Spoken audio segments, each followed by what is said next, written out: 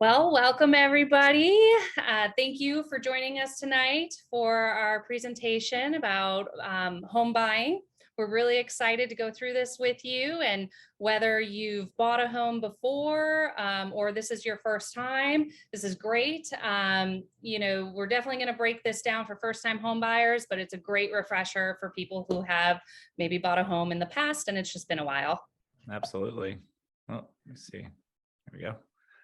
So on today's agenda, we're going to start, you'll get to learn a little bit about Sam and I. My name is Brittany, by the way, and we have Sam Miller with us. We're on the team called Nashville Home Guys. You'll learn a little bit about us. We'll share some quick facts about what we're seeing in the market and just in the real estate industry in general. And then we'll dive into the meat and potatoes of this meeting, which is the steps toward buying a home. And then at the end, we'll share with you a little bit about the Nashville Home Guys and how we might be able to help you if you are thinking about buying a home in the near future. So keep a list. If you have any questions that come up, just jot them down on a notepad. And that way, at the end of the presentation, we can take any questions you might have. So as I mentioned, my name is Brittany Hall. I am originally from Chicago, Illinois, and I moved to Nashville, Tennessee back in 2018. Prior to being in real estate, I was in the hospitality industry for 12 years. I absolutely loved what I did, but I also had a passion for real estate. And this really started when I bought my first house many years ago, and really took an interest in it, wanted to learn more about the process of buying and selling homes, just so I could have a better understanding for myself, but also so that ultimately I could help others with that process as well. And when I moved to Nashville, I just really decided that I wanted to pivot my career and focus more on my local community and helping my local community. And so that's why I decided to step away from corporate hospitality and get into real estate. Absolutely. I'm Sam Miller. I've been a realtor for 6 years.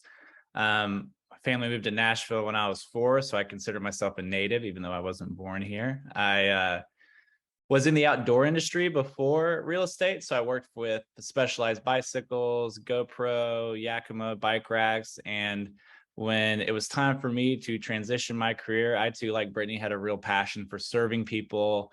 I had bought my first house really early on. I think I was 22 when I bought my first house, and just being able to make that investment early on and it actually not being as difficult as what I thought it was previously. And it really helped to just kind of springboard me to the next level and to my next investment. I really wanted to share that with other people. So that's why I got into real estate, and I've loved it ever since. Awesome. So let's talk a little bit about, why we're here today and what makes us so passionate about helping people buy homes. I'm sure a lot of you, especially if you're renting right now, or even if you're not, you've probably read the headlines that rents have been going up. And Freddie Mac recently did a survey of renters age 18 and older. And one of the questions they asked was, in the past 12 months, has your rent payment changed? And 58% of the people surveyed said, yes, I've felt or I've seen an increase in my rent. And, really when you're paying rent, all that money is building wealth for the landlord. And so why not, take that money if you can, if you're in the position where, it makes sense to buy a home, why not take that money and build wealth for yourself by buying a home and investing in property? So that's really why we're passionate about helping people, achieve that milestone of home ownership, if that's something that they want to do. Totally. And a lot of people, I think, or especially first-time home buyers, I think get a little intimidated by some of the headlines that have been out there about the market right now. And so we're sharing this graph with you. You'll see that the lines at the top of the graph are showing active listings in 2017, 18, and 19. So you'll see how high inventory levels were before the pandemic. And then that middle line, I'll call it teal, is where our inventory was in 2020. And you'll see that line as 2020 goes on, our inventory starts to dwindle. And so what happened is 2021 through beginning of this year, 2022, we were seeing record low inventory throughout the country. And so it was causing this frenzy because the demand for homes was far exceeding the supply of homes on the market. And it was causing this frenzy that was, creating those headlines where you see, people are offering $50,000, $100,000 over asking, and just craziness. And, I think it really scared a lot of people away. But what you'll see with this yellow line, which is where we're at now in 2022, you'll see very low inventory January through April, but then in April, we start to climb. And so what we're experiencing now is that active listings are actually up 30%. And so, and indicators are saying that we will continue to increase inventory. And so I wouldn't be surprised if once the August data comes out, if we surpass that 2020 inventory line and start seeing inventory levels, increase towards where we were at before the pandemic. And all of that to say, it'll help the market normalize a little bit so that we won't be seeing as many multiple offers. We'll be seeing homes stay on the market a little bit longer so that you as a buyer have more time to make a decision, a little bit more time to make a decision. And you don't have to feel like you have to give the sellers everything in order to get the house. Absolutely. It's pretty exciting now for sure that it's leveling out a little bit. I think everybody's kind of been waiting for that. For sure, definitely. So I've got a quote in here from Suze Orman. She is an author and personal finance expert. And kind of as I touched on before, owning a home is a keystone of wealth, both financial affluence and emotional security. So with that, I'll let you take it away, Sam, and we'll start with the steps to buying a home. And sorry if you hear my dog barking in the background, but it's there. Obviously see something in the window. So Brittany and I put together pretty much 9 steps to buying your first home. Really wanted to break it up in stages, and we'll focus a little bit on each step through the next slides, but we felt like this did a pretty good job of encompassing everything that we deal with when we are helping people through this process. So we will obviously start with step 1, which is getting pre-approved with a lender.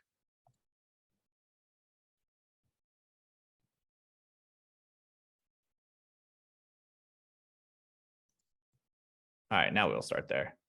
All right, so in a market like this where it's been really competitive, in the past you were able to shop around, look at homes and not be pre-approved so long as you made your application to get a loan with a certain amount of days. But ever since I've been in the industry, now kind of the standard is to go ahead and have that pre-approval in your hand so that when you're ready to make an offer and when you find something, you are qualified and ready to go. So, the first recommendation that we have is to check with a couple different lenders. And one, it's a relationship. So you want to deal with somebody that obviously you work well with and you have a cohesive style.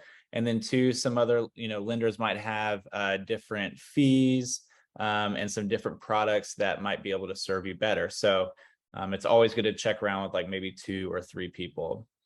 And then there are a few pre-approvals that you can get. So you can be pre-qualified, pre-approved, or some lenders are now offering some sort of like certified home buyer program or programs where you already have gone through underwriting. And so really pre-approval is when you have already submitted kind of your first docs to your lender. And a lot of times it's usually going over like what your outflow is from your bank account, what your income is, where you work, some W-2 information, stuff like that, or your employment information. A certified home buyer is a little bit more in depth than that. That is where you actually have already gone through and given the lender all of your paperwork and you have already been underwritten and verified by that lender. So then all that they have to do now is to, review the house contract, order the appraisal, and you're already go. So the good thing about that is you've pretty much been cleared to close. There's just a few other steps you have to go through on the home side, but it's just a little bit more streamlined process at that point. Pre-qualification is really where you have verbally told the lender your scenario, but you haven't necessarily backed that up with the paperwork. And then that will move into pre-approval once you've done so. And also, we hear a lot of times that, people put off home buying because they need to make sure their credit is better, or they need to put 20% down, or they don't have the savings. And there are so many different loan programs and options available to you now, and the rate is still so good that that's truly not necessarily the case in all circumstances. In fact, Brittany just had a really interesting one.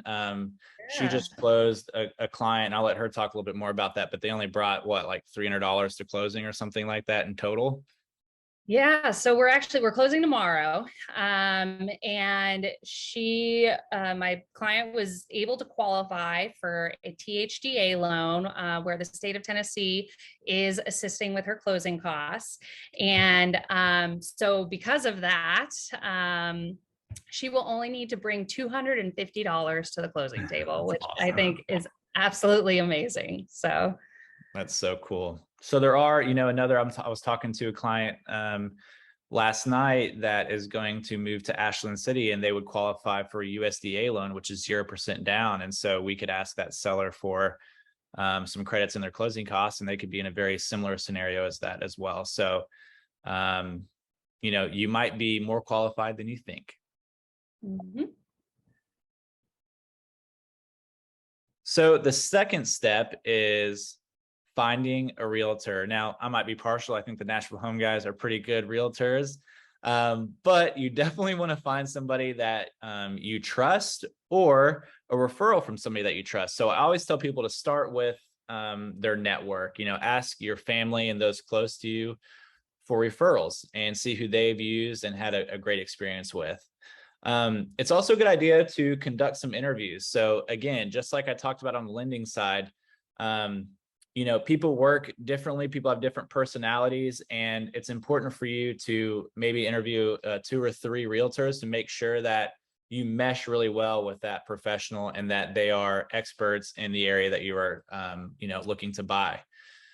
And then, kind of going into the next step, it's considering the experience and what you actually need from a realtor. I had a person reach out to me a couple of days ago from California, and they said, hey, we've had a hard time finding realtors that will virtually show us houses. And that was one of their requirements, of me, if I was comfortable doing that. And, we're fortunate enough to work with a lot of people that relocate here from out of state. So virtual walkthroughs are something that we do all the time, and editing video for people and sending it off. So I had no problem with that, but there are other people where maybe that's not how they like to conduct business. So there are certain scenarios and, certain experiences that realtors, have and that you expect, and you want to make sure that you line up appropriately. So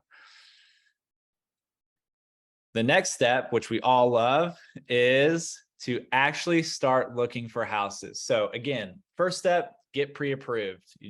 That lasts for 90 days. And that pretty much is our go to start doing this. And then you find your realtor, and now you can actually start looking for homes. So I always think it's really important when you start looking for a home to make a wants versus needs list. I find that a lot of times with clients, sometimes those things can get jumbled up, and you can end up confusing yourself, especially after you see a lot of different houses. So it's good to have those priorities and what you really need in a home, and then what you want in a home. And maybe some of those things that aren't there in the want category can be added on or changed over, a couple of years to where it lines up, more of your total dream package. So I think it's also important to look at a variety of homes. A lot of times we have clients say, hey, I only want this type of home. It has to have 2 stories and we have to have an office on the second floor, or our bedroom has to be on the second floor. And then they start, they might go into a ranch home, which there's plenty of ranch homes in Nashville. And then they're like, wow, I really like this space. It feels way bigger than it is. I really like not having any stairs. People change their minds once they look at houses, or they refine what they're truly looking for once they see a wide variety of homes. And so that's why I think especially when you're first buying, it's very important to do that. The next thing is sometimes pretty hard, but it's definitely something to keep in mind, is that know that compromise will be necessary. So I think a general guideline is if this house is hitting 70% of what you're looking for, for your house, then it's probably a pretty good fit. Again, there are things and changes that you can make over time that maybe it checks off more of those boxes, but this isn't HGTV, so you're not going to walk into your perfect situation. A lot of people have to make those changes over time. And so, again, that's where the wants and needs list can really come into play. And then what we were touching on earlier at the beginning of the presentation is make sure you and your realtor are talking about current market trends. It is a complete different market today than it was 30, 60, 90 days ago. 90 days ago, we were seeing, majority of times there were multiple offers on a house. There was very low inventory. People were paying $50,000 to, $300,000 over list price. Now, really in the past 30 days, there's been a pretty hard shift, and you probably don't need to offer $100,000 or $50,000 over list price. In fact, we're seeing a lot of homes go under at list or even under, and we're seeing a lot of price drops. And so if your realtor doesn't know about current market trends and they aren't staying on that, on a weekly basis, then you really might be putting yourself at a disadvantage or not putting yourself in the best position. And then we'll move over to step 4. Oh, also, keep in mind that most features of a home can be changed, and the one thing you can't change is location. So 3 things, obviously sell a house: that's price, condition, and location. One of those things is pretty fixed. You can move a home, but I wouldn't recommend it. I've seen it done before. So before we head into the next step, I wanted to talk about some of these standard out-of-pocket expenses for a buyer. These are things that you just need to plan for that are going to come out of your account through the buying process and through the due diligence process. So the first thing is earnest money, and that's typically 1% of purchase price. We have a whole slide coming up that Brittany's going to go over about earnest money, so I'm not going to touch too much onto that right now. But a big thing about that is majority of time, that earnest money actually comes back to you. So we will talk a bit more about that later. The second thing is inspections. Most of the time we want to have a home inspection, which typically is $350 and more, depending on the square footage. I think a good middle ground is probably, bank on $500. Radon testing, we have a gas that is emitted from the breakdown of rock in our soil. It's actually a known carcinogen, so it's important to get radon testing. That usually is $150, and that's in part of the home inspection process. And then there's termite inspections. We obviously want to make sure that your home isn't being eaten. So we will call a termite company out and make sure that there are no signs of termite. And then the lender will order an appraisal that you are responsible for as well. And that is, anywhere from $475 to $650. And then there are closing costs, and that's typically 2% to 3% of the purchase price as well. And then through the inspection period, we might find some more due diligence that we need to do with that property to make you completely comfortable with it. And so, a lot of times what we see with that is, maybe we want to check out, have a structural engineer check out the foundation, and that can be anywhere from $250 to $400. Or we might need to get, like an environmental inspection for mold or any sort of stuff in the crawl space that always happens. People forget that Tennessee is a very wet state. So we have wet soil, and a lot of times we have damp crawl spaces. So, sometimes we do have to do some additional things, and that's what we learn from the inspection. So typically out-of-pocket costs that will not come back to you through this process, I tell people to plan on around $1,500. It can be, you know, a little bit less, can be a little bit more, but I think that's a good budget to have in mind. And then step 4, you found the house, you love it, you and your realtor are, you know, stoked and you're ready to make an offer. So we are going to make an offer. So how do we do that? Well, the first thing is we want to look at their list price and we want to consider the similar properties in the area to see if we need to offer list price the same or maybe a little less. And what we do for that is we look at houses that are similar size, similar age, similar condition, and in the general vicinity. I try to narrow it down to the actual neighborhood. Sometimes we have to get a little bit outside of that, but most of the time we can pull enough comps from there. And then we're looking at homes that are active, meaning they don't have any contracts on them currently. We look at homes that are under contract, so they haven't closed yet, but they do have an active contract on them, and so they're off market. And then we look at sold homes. Typically, with sold homes, we would look at the past 3 months, ideally, and then even sometimes knock it back to 6 months. Because the market is so different right now, I really try to keep it in a 1 to 2 month period. And then if we can't find much data under that, then we'll look at what's recently gone under contract to figure out the best price to go in at. Some other things too that might dictate price too is, are there any other offers on the property as well? How long it's been listed and things like that that you and your realtor will discuss. And then there are things in the contract that will make your offer more appealing and more competitive. And again, all these items are something that you and your realtor should discuss and that are unique to your own position. I call these the levers that we can pull for our negotiation. And I look at each one as an individual lever. You know, if somebody has a lot of cash reserve and they can take some risk and put a house under contract, they might be able to pull more levers than people that don't have as much cash reserve and that, you know, need to make sure they're making a really qualified and sound purchase. So the first lever you can pull is like, what are my inspection terms? Again, earlier in the year, we were seeing people waive inspections altogether, which is something that I would never recommend. You know, but again, people are going to do what they're going to do. So if that's something you want to do, then you can. The middle ground that I've seen is people doing pass-fail inspections. So we're still going to conduct a full inspection on this house, but when we get the report back, we're going to say, okay, we're going to accept the house as is, and this inspection is suitable to us, or this inspection is not suitable to us, so we're going to fail the inspection, and then we're going to back out of the contract and get our earnest money back. The last, go ahead, I was Brittany, just going to add, typically, if you're failing an inspection in that scenario, it's for a pretty serious issue.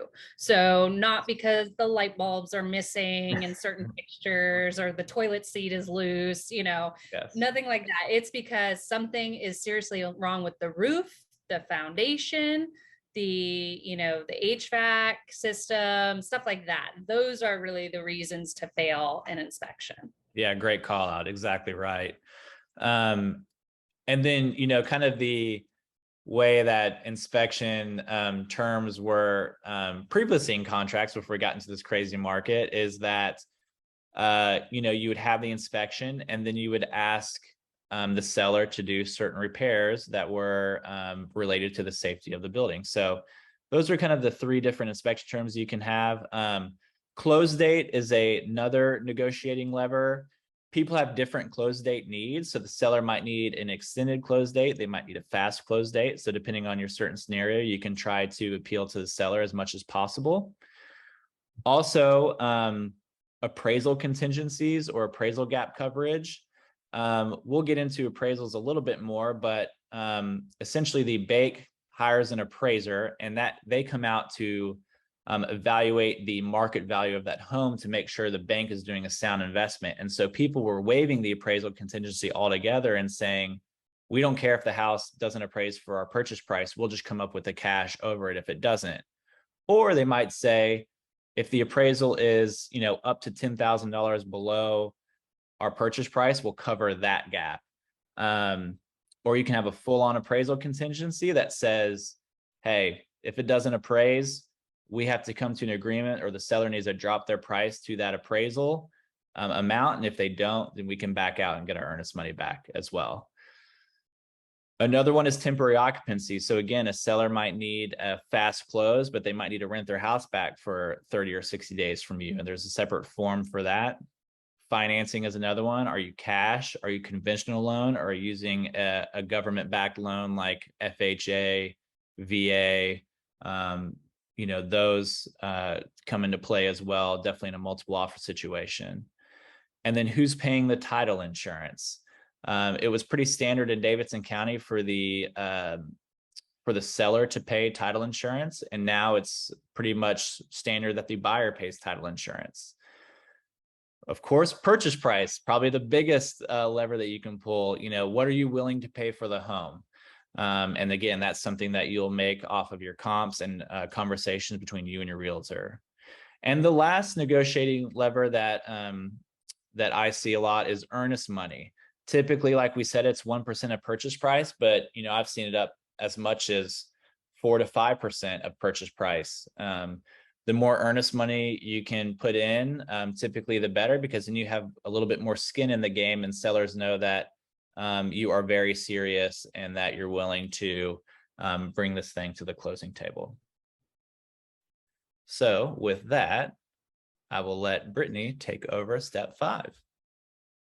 Perfect. Thanks, Sam. So as you are working with your realtor to draw up the offer, know that, we are your advocate. So we are always going to keep your best interests in mind, and, be making sure that as much as we can, that you are protected through this whole process.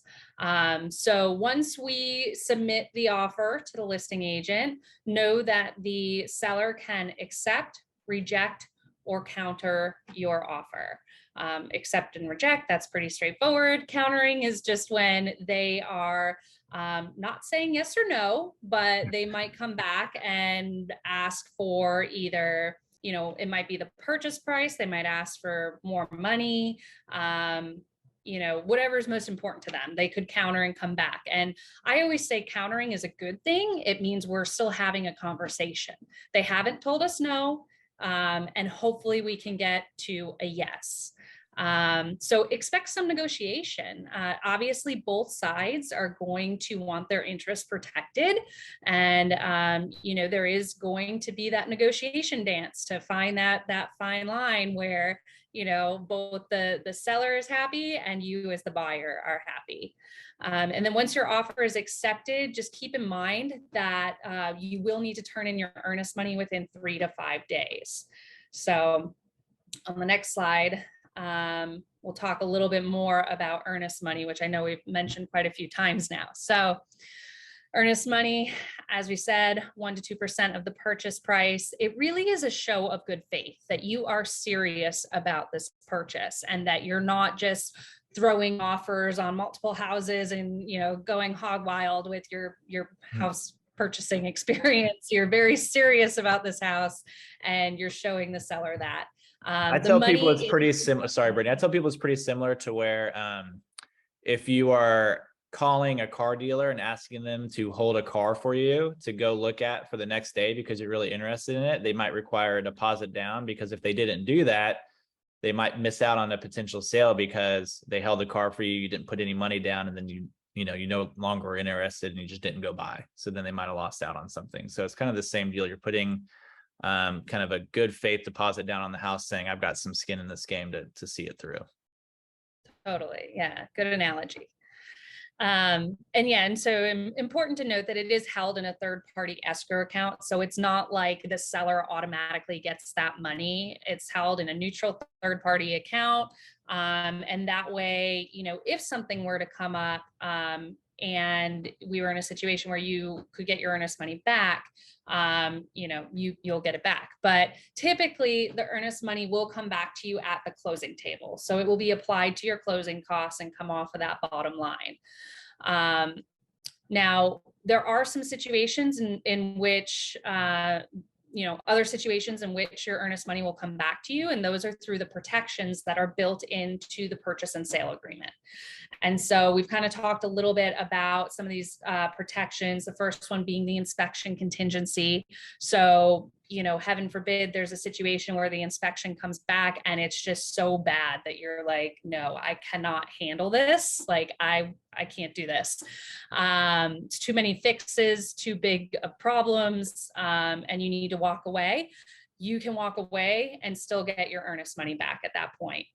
Likewise with the appraisal, I had some buyers last year who the purchase price on the home that we agreed upon in the offer was $400,000.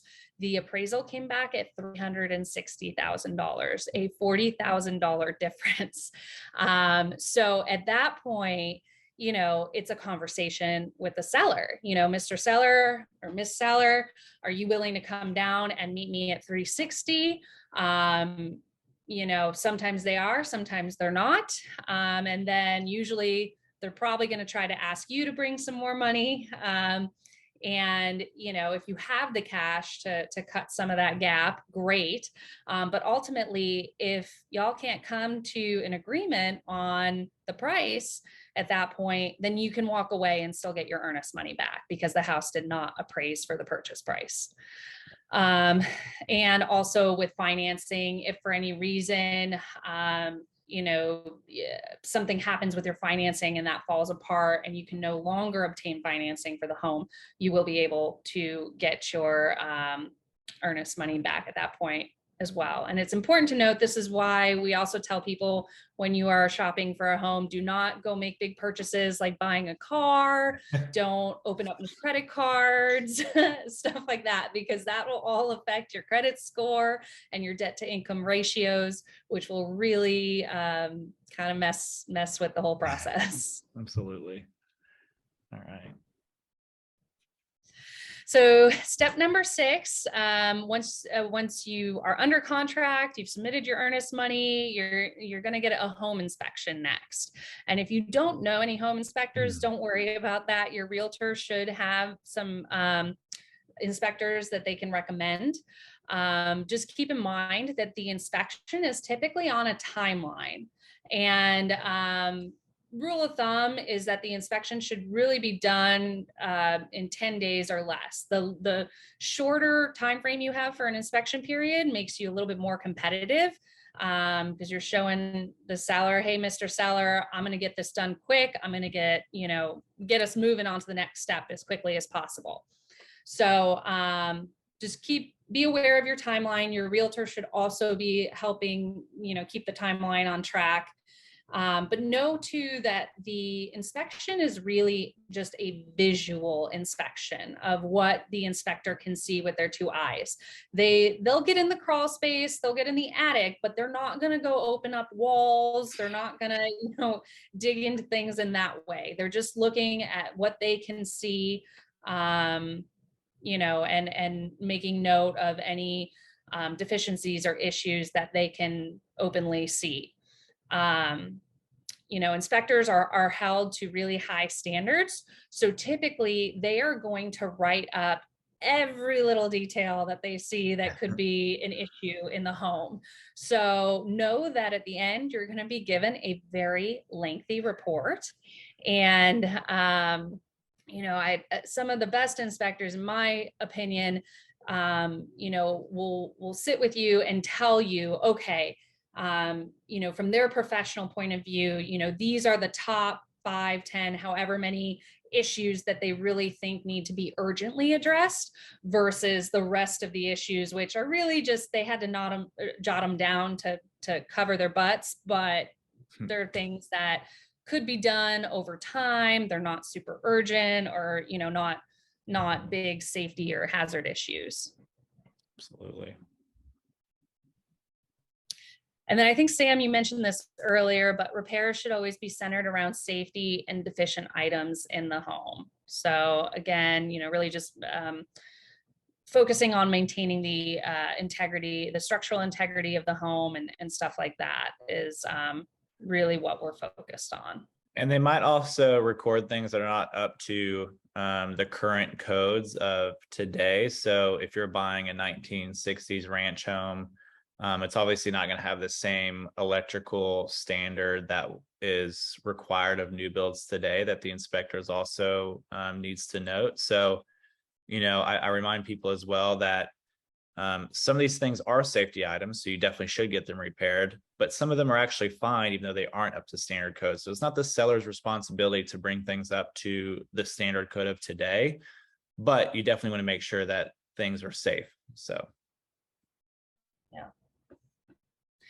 All right, so good news, the inspection went great. You're moving on to the next step. You've or your realtor has informed the lender that we've passed the inspection phase, and now the lender will request or hire the appraiser. And the reason why the lender does this, and you don't really get to pick your appraiser or anything like that, is because the appraiser's job is really to make sure that the bank's loan is protected. In the example that I gave earlier where, we had an offer on a house for $400,000, but it only appraised at 360. Well, now there's no way the bank's going to give you a loan for 400 because they know that the house is only worth 360,000. So they are protecting the bank, but this is also protecting you, because as the buyer, you also don't want to get into a situation where you're, potentially buying a home for more than it's worth. Again, if you have the cash reserves and you are willing to take a risk, maybe you're okay with that. But for most people, that's probably not the case. Absolutely. And then after you pass the appraisal, so let's say the house does appraise and you're good to go, then you get to move to the closing table, which is awesome. So just get ready to sign a lot of paperwork. Obviously this is a big purchase, so there are a lot of disclosures and legal paperwork and various things for you to sign, but don't stress out. You're not going to be alone. Typically your realtor's at the closing table with you, and the title attorney or an attorney should be there. And so that's usually who's at the closing table with you. But in Tennessee, just know that it's not uncommon for the seller to sign at a separate title company. I know in some states, the buyer and seller have to use the same title company, but that is not the case here in Tennessee. So you're not going to be sitting across the table from the seller. So, yeah. And then once funds are transferred to the seller, that is when you will be handed the keys to the property.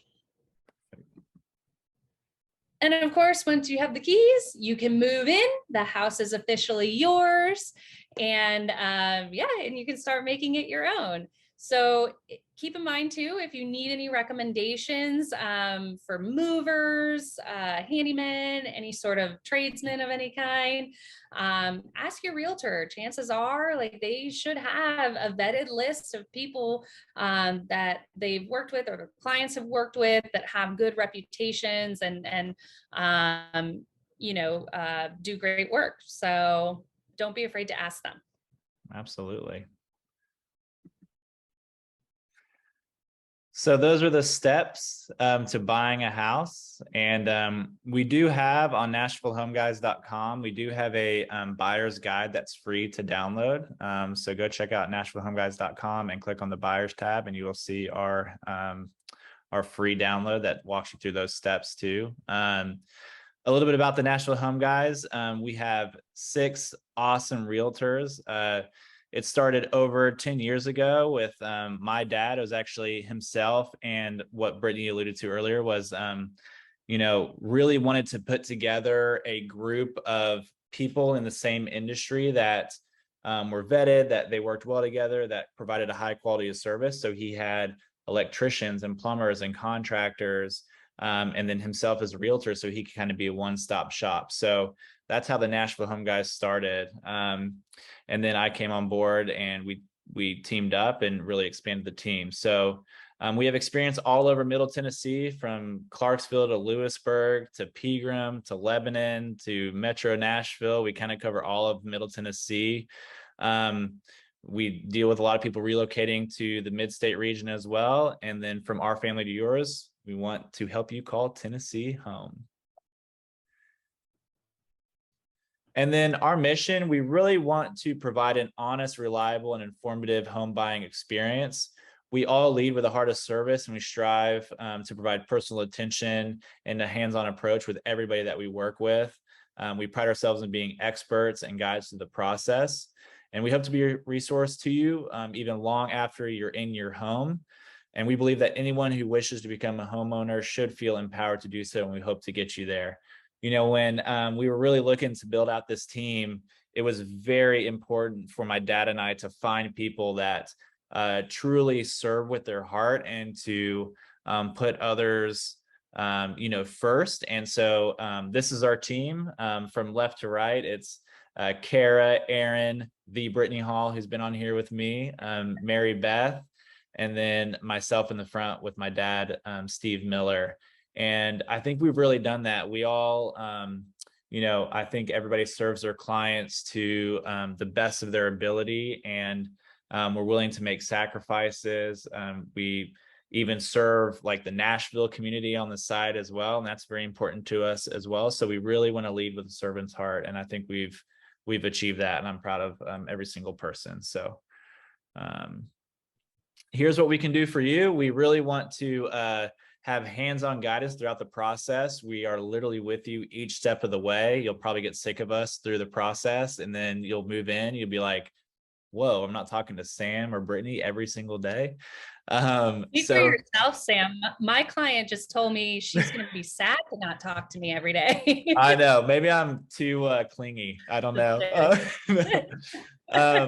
But no, anywhere from contract negotiations to inspections to the closing table, we truly do have your back. We have an extensive network of people that we really trust and that we've personally used, from our lenders to our contractors to our plumbers, electricians. I mean, they've probably all been at my house in the past month. So if you don't, truly, if you don't know any lenders, title companies, whatever, just call us and we'll you know, recommend people to you. And then also, we really all try to keep each other's clients in mind, because again, you're part of this team too. So when you hire one of us to be your realtor, you're hiring all of us, and you have 6 set of eyes looking for you and for your needs. And then we're your advocate. We want to make sure that your voice is heard in the transaction and that you're protected from making a bad investment. And also to remind you of what your priorities are and then what you originally set your mind and out to do. So we will help you get under contract to closing as smoothly as humanly possible. We have 114 Google reviews as of today, and still all 5 stars. So that's awesome. You can go check those out. You can Google Nashville Home Guys, and those reviews will pop up and you can read through them. And here are some of those reviews, just from some of our past clients that we've worked with. And you can find us online, Facebook, our website, NashvilleHomeGuys.com, and of course on social media. And I did include, I have our team Instagram, and then Sam and I each have our own Instagram accounts as well. Yeah, that we post real estate related items on also. And then we'd love to have you contact us. So you can email us or give us a call. And here's our contact information. And we are the Nashville Home Guys, and we are affiliated with Benchmark Realty. I do want to add real quick that Benchmark Realty is a Middle Tennessee brokerage, and it is the #1 brokerage in Middle Tennessee in terms of just revenue and home sales. So the great thing with that is Benchmark, we get a lot of insight into listings that are coming on the market before they're actually on MLS. We have a great network of over 1,000 agents that we work with personally. So it really is a great group of people to be around and a great office to be affiliated with. Definitely. Awesome. Thank you. All right. Yeah. Thank you for attending tonight. And we really appreciate you for being here. Absolutely. And we'd love to hear from you. Thanks.